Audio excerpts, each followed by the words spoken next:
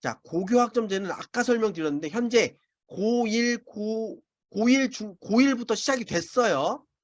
자, 그래서 현재 고1, 중3까지는 선배들이 쓰는 똑같은 교과서로 똑같은 입시 제도를 치르지만 고교학점제라는 것들이 공식적으로 적용돼요. 그래서 내가 어떤 과목을 선택했는지 학교에서 유심히 쳐다봐요.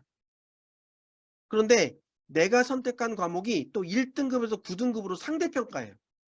그렇기 때문에 일단 중요한 건 내가 선택한 과목에서 성적을 잘 받아야 돼요.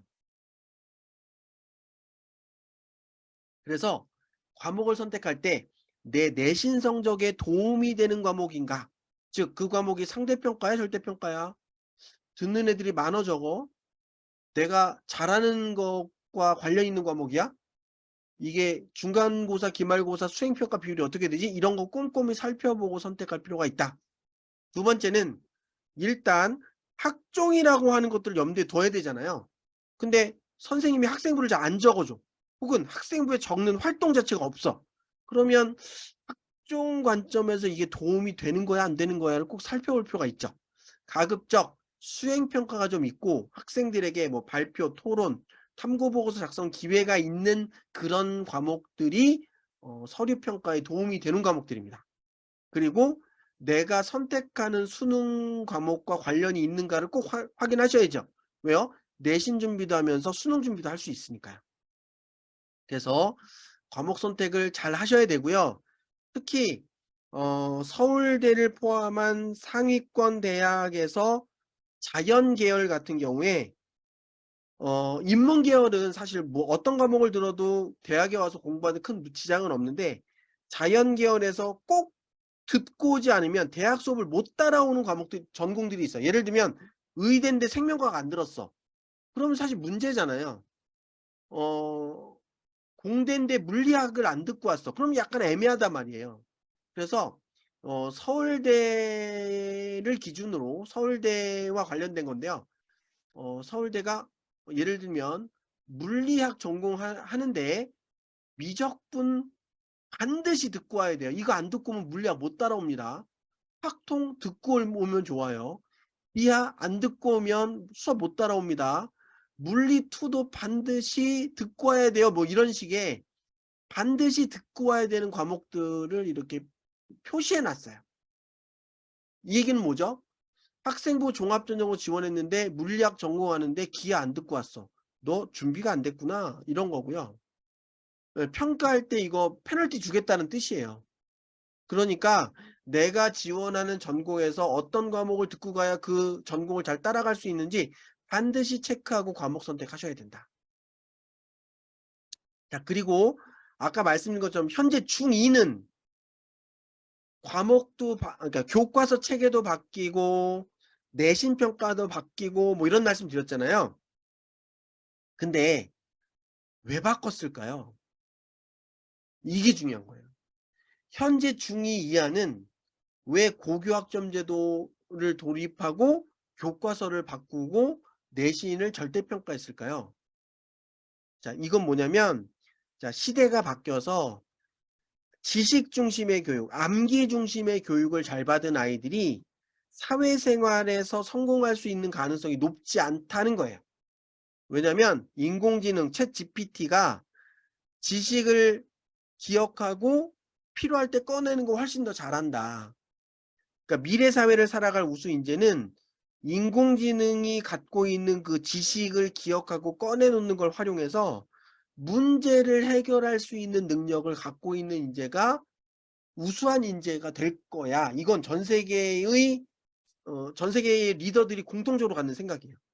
그래서 앞으로 학교 교육이 지식을 주입하고 어떻게 잘 꺼내는지를 체크하는 지식 중심의 교육은 이제 스탑, 역량, 문제 해결 능력을 길러주는 교육으로 바뀌어야 돼. 그러려다 보니까 이건 상대평가를 할 수 있는 문제가 아니야. 두 번째, 지금 인구가 너무 줄어. 그래서 한 명도 포기하면 안 돼. 그래서 모두를 위한 교육, 단 한 명도 포기하지 않는 교육을 지향해야 돼. 그러니까 내가 수학이 자신 없어서 난 이공계열 관심 없어. 그러면 수학을 선택하지 마. 네가 관심 있는 역사에 관심 있어? 그럼 역사, 사회, 뭐 네가 앞으로 공부하고 싶은 거 관련된 그 과목을 적극적으로 선택해서 공부하고, 그 공부에서도 내신을 줄 세우지 않고 네가 어느 정도 수준인지 절대평가로 평가해 줄게. 그래서 공부를 포기하지 마. 그리고 네가 관심 있는 그 역사에서 너만의 길을 만들어 가봐. 네가 어떤 길을 만들었는지 확인해서 널 평가해 줄게. 이게 고교학점제를 도입한 이유예요. 내신을 절대평가한 이유란 말이에요. 그래서 현재 중2는 이전과는 좀 다른 입시를 치를 것 같고요. 서울대가 현재 중2가 대학 갈 때는 이런 식으로 평가하는 것도 괜찮지 않아요? 라는 무슨 내부 포럼 같은 걸 했어요. 거기서 나온 얘기인데 뭐냐면 수능을 어떤 과목 선택했고 그 수능의 점수가 어떤지를 자격 조건으로 걸죠. 뭐 수능 최저처럼. 그래서 뭐 물리학과 지원하는 학생들은 뭐 과학을 뭐 몇 점 이상, 뭐 어느 정도 이상 받아야 되고 어떤 과목을 선택해야 되고 이거 걸죠. 뭐 자격 조건. 그리고 서류 평가하듯이 수능에 어떤 과목을 선택했고 그 수능에 선택한 과목이 고등학교 때 선택한 과목과 얼마나 비교가 되는지, 즉 내신은 물리 1등급인데 수능은 5등급이라면 고등학교 내신을 믿을 수 없네, 뭐 이런 것들을 수능과 학생부를 비교해서 한번 평가하고 서류 평가 때 확인하고, 고등학교 때 어떤 과목을 듣고 그 과목의 성적은 어떻고 그 과목 가르친 선생님이 어떻게 적어주셨는지 보고, 여기는 교과 외 모듈 있잖아요. 여기다가 자율활동, 동아리활동, 봉사활동, 진로활동 어떻게 했는지도 확인해서 3배수 뽑아서 면접은 제시문 기반 면접 보면 되겠네, 뭐 이런 거죠. 자, 이제 수능, 내신, 학생부 관리, 면접 다 준비해야 되는 시대로 바뀐다. 왜요?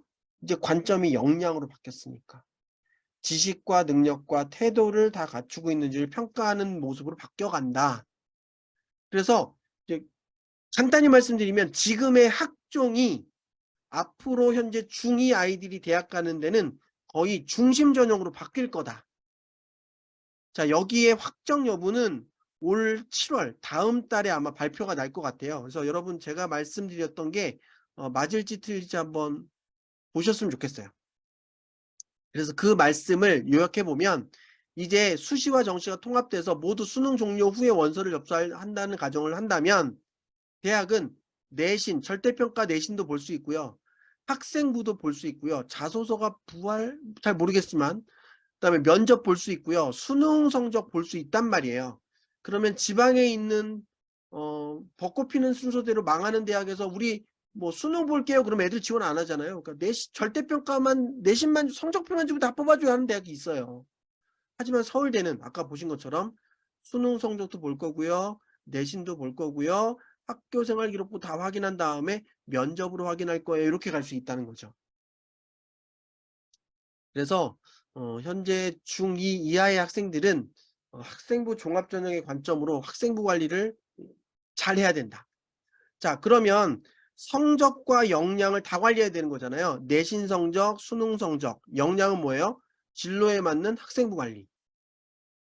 그래서 이제 현재 중2 이하의 학생들 혹은 지금 현재도 학생부 종합에 관심 있는 친구들은 내신과 수능, 자신의 진로에 맞는 과목의 선택, 활동의 선택, 그리고 자기 수준을 증명하는 도전과 결과물을 학생부에 담아놔야 돼요.